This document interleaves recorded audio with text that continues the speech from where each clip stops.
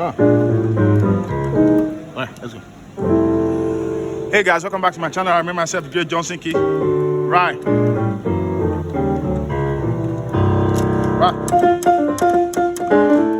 Alright. So I want to show you some very nice bluesy chord in the key of F. So you could start with your 1, your dominant 7, which is F. I'm in the key of F. So F and B flat. Sorry, F and E flat on the left. On the right, you have A, C, E flat, and F. Then for your 4, you could do something like this, which is on, of course, your root is B flat for that. Then on the right, you have A flat, B flat, D, and F. So you can run this down chromatically.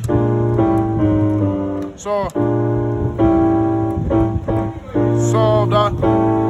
you can run that chromatically down, which is to A, F, G, A, then G, A, C sharp, and E. Then so pa pa pa pa.